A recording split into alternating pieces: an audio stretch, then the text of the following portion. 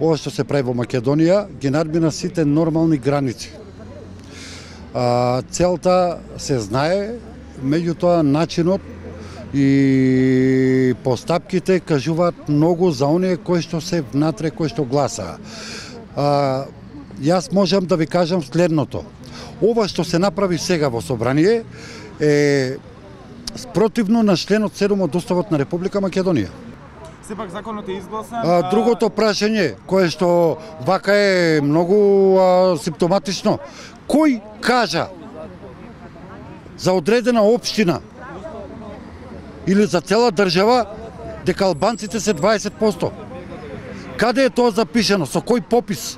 Кога има спроведено попис со кој што се утврдува бројката, да кажеме, не само на македонскиот народ, да кажеме, него и на малцинствата кои што живеат во Македонија. Но сепак е изгласан законот, следно е подпишување кај председателот Иванов. Вашиот коментар во врска со него, требаше да се сретнете, првата средба мислам дека не се одржи. Понатаму што се случи, дали повторно ќе реагирате кај него, дали тој ќе ве послуша вам?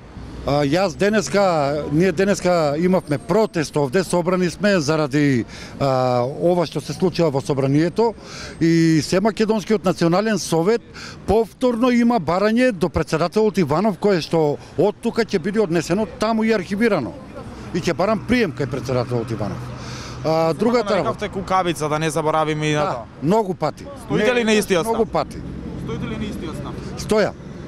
И тоа ќе му го кажем и нему сега, затоа што не може со собственото однесување да дозволува државата едноставно да оди во насока на редефинирање и на преформулирање.